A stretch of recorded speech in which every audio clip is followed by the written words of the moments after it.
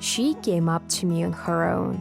Out of nowhere, she stopped and looked at me in a way that made me realize she wouldn't be leaving. And at that moment, none of us knew that along with her, 3 tiny babies would soon come into my life. And I would worry about them more than I had ever worried about anything before.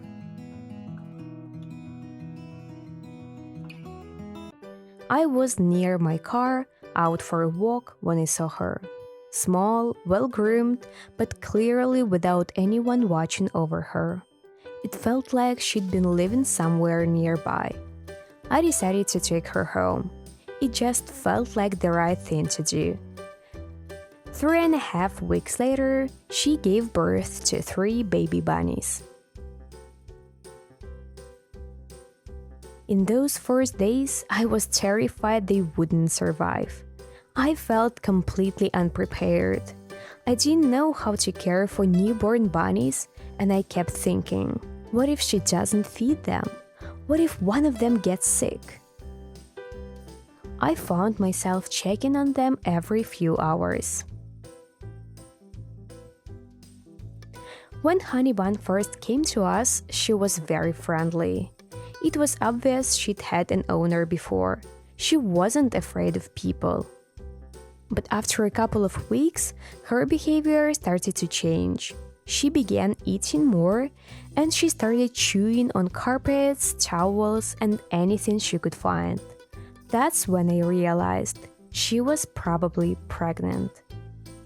And maybe her previous owners had realized it too and decided to get rid of her. We never did find her partner. It turned out that Honey Bun was an amazing mother. I just watched her care for the babies. Sometimes she would feed whichever one happened to be nearby, while the others were already running around the room. I'd have to gather them up and bring them to her so she could feed everyone. Now Honey Bun has been with us for 2 years, and all 3 of her babies are still here too. One big bunny family. We have a white boy. Officially, his name is Greg, but I call him Peanuts, and that's the name he actually responds to. The second is Maple, the color of maple syrup. And the smallest is Aussie. Despite her size, she's the most restless, energetic, and clever of them all.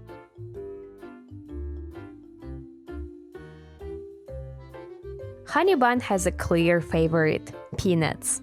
He is a real mama's boy, and they're always side by side. And honestly, I think the babies have taught her a few new tricks.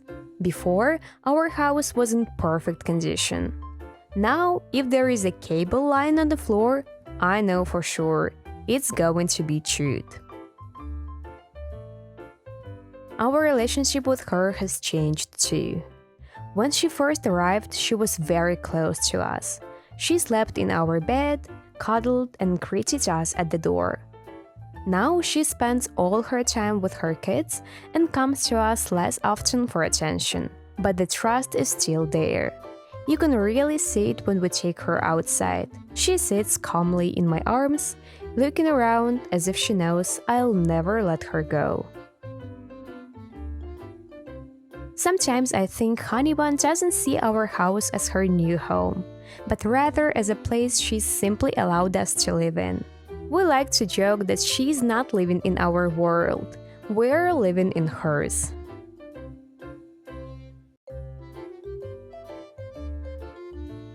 She brought chaos with her, but the kind of chaos I can't imagine living without. The tiny paws, the soft ears, the quiet rustling as they race around the room. And most importantly, that feeling that you need them, and they need you. If you enjoyed this story about Honey Bun, please like, comment, and subscribe to the channel for more heartwarming stories. Before bringing an exotic pet into your home, be sure to consult with experts and learn about their specific needs. Proper research is the key to giving them the happy, healthy life they truly deserve.